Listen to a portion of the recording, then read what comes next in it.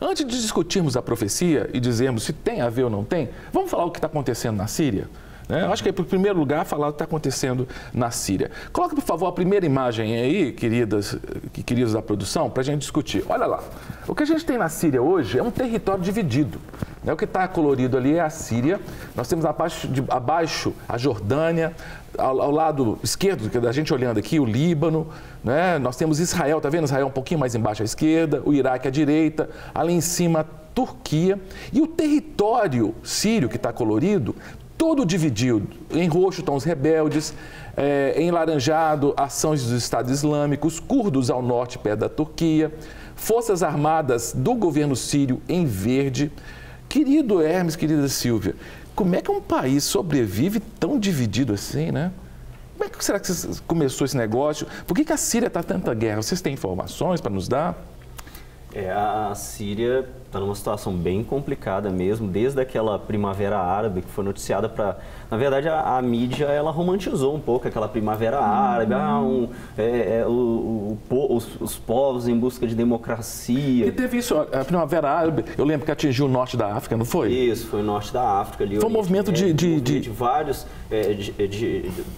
um movimento de vários grupos contra regimes ditatoriais, que realmente eram regimes extremamente nocivos, mas o que nós vemos é que nenhum desses regimes que caiu foi substituído por algo democrático. Algo que resolveu. Você pega a Líbia, era horrível com o Gaddafi, mas não quer dizer que hoje ela é maravilhosa. O Egito, ele era o que era também com o ditador, né? Não estava muitos anos no poder, mas hoje o Egito é um país extremamente inseguro. Então, tudo que era ruim parece que foi trocado por algo talvez não tão ruim quanto, mas mais bagunçado e mais inseguro. Que é mais inseguro hoje o Oriente Médio depois da Primavera Árabe, isso com certeza. Loucura isso, né? Agora, realmente os ditadores caíram, foi, entre aspas, algumas ditaduras caíram, mas eu acho que essa tendência que nós temos simplistas, de querer sempre definir assim, o bom e o mal, esse que é o grande problema na Síria.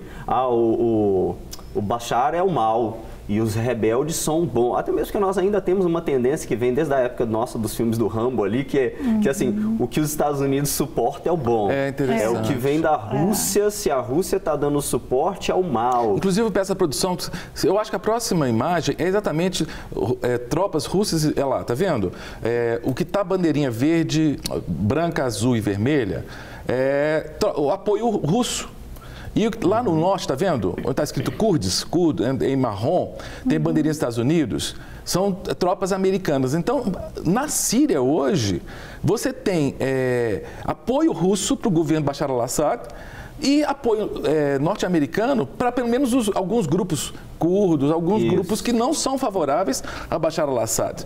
Né? Ô, Silvia, inclusive, eu não quero te cortar, Hermes, mas assim, Estados Unidos, como historiadora, ao longo da história recente, Estados Unidos se mete em tudo quanto é país, né? Em tudo, né? Parece um retorno à Guerra Fria, né? Essa intervenção norte-americana. Que é extremamente perigoso para o mundo inteiro, né? Mas os Estados Unidos sempre teve esse histórico de se achar o policial do mundo e de intervir em todas as nações.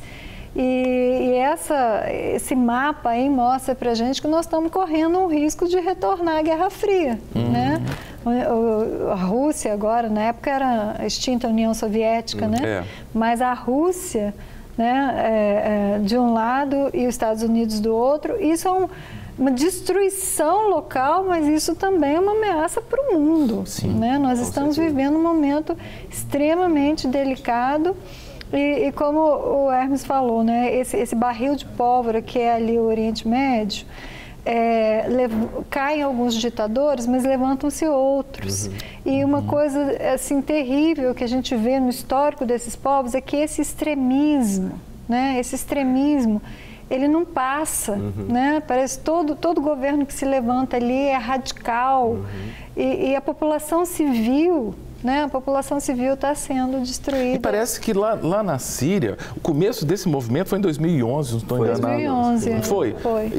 Foi porque um grupo se revoltou e o exército do Bashar al-Assad foi muito violento na repressão e matou essa turma e começou isso mesmo, né? Teve os movimentos de repressão e a partir dali vários outros grupos se aproveitaram da situação para se levantar, assim, porque a gente coloca ali aquele mapa ali com alguns grupos, né, grosso modo, mas na verdade são dezenas de grupos, e cada um com a sua filosofia islâmica e cada um buscando o seu extremismo. Ali no mapa mesmo a gente vê, porque a Turquia está para cima. Você tem os curdos ali.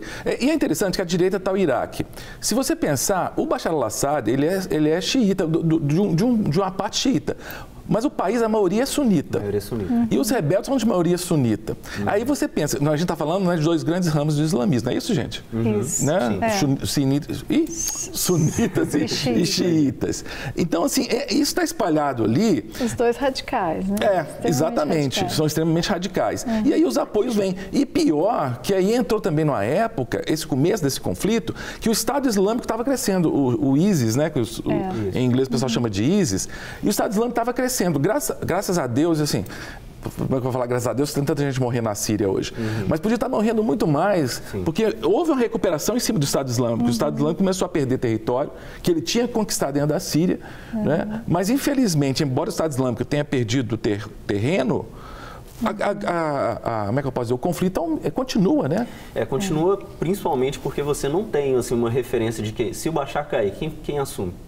Tão vazio. Porque por mais incrível que pareça, o grupo do Bashar, por mais que tenha cometido algumas atrocidades, e tenha até denúncia de uso de armas químicas, ele é único com a proposta de Estado laico. Por exemplo, em relação a nós, afetando aqui o cristianismo, é o único que tem uma proposta, por exemplo, de defesa da igreja.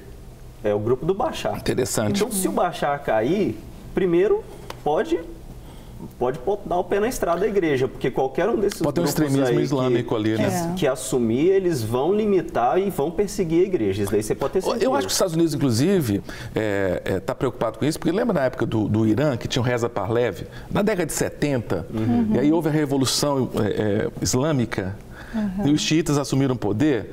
Aí a gente o Khomeini. Lembra que sequestraram, inclusive, tomaram a embaixada americana, né? Então os americanos estão meio ariscos, né? Mas eles não sabem qual lado apoiar de verdade. Você pode ver que agora os rebeldes eles foram contra o ISIS, mas na verdade teve uma regressão de apoio até os rebeldes ali. Os rebeldes estão sendo suprimidos e a tendência é que o Bashar ele consiga retomar todas as cidades ali que estão com os rebeldes. Porque quem você coloca qual a garantia que você tem que esses rebeldes eles vão atuar em prol, por exemplo, do que é democracia, do que se chama de democracia? É só olhar para os países vizinhos, você vê que nenhum rebelde, nenhum grupo que assumiu, o ditador do Egito caiu, quem assumiu foi a Irmandade Muçulmana, que depois caiu também, ou seja... Se não estou enganado, era o Hosni Mubarak, né? Hosni Mubarak. Agora, eu fico assim, Silvio e eu, nós tivemos o privilégio da história, eu digo privilégio porque abre nossa visão, né? Volta à questão dos Estados Unidos, porque os Estados Unidos, ele está se contrapondo ao governo Bashar al-Assad por causa das alianças. Coloca na tela aí, eu acho que a próxima imagem mostra a aliança do Bashar al-Assad, quem não conhece, né? Coloca aí, por favor, a imagem. Olha lá com quem está aliado, Silvio. É o Putin, né? Essa daí é a grande história. E não é só ele, né? O Bashar, ele é aliado do Irã, que, por sua vez, tenta expandir território para próximo de Israel. O Irã, um dos grandes problemas é que o Irã está aproveitando a situação para se aproximar de Israel em questão militar. Então, a gente também não sabe do que sai dali. Você pode ver a primeira vez, eu acho que quase 30 anos, que um caça israelense foi abatido em combate. Foi agora, nessa guerra. E por forças provavelmente iranianas. Dizem que é da Síria, né? Mas a tendência ali pela questão do movimento do apoio do Irã. Então, assim, são situações complicadas, porque a gente, como igreja, você dizer assim, mas eu estou pró-rebelde, os rebeldes não são pró-cristianismo. Eu sou pró-Bashar, mas o Bashar, por mais que ele proteja a igreja também, ele tem cometido algumas atrocidades terríveis. E se ele cair, tudo vai explodir, vai ser um novo Iraque. Então, na verdade, é uma situação complicadíssima. Quando a gente olha para tudo ali, fala, meu Deus, não tem solução. Acho que só Jesus mesmo para resolver esses conflitos todos. Para receber todas as novidades do canal, inscreva-se. E se curtir o vídeo, clique em gostei. Aproveite para acompanhar a Rede Super nas redes sociais.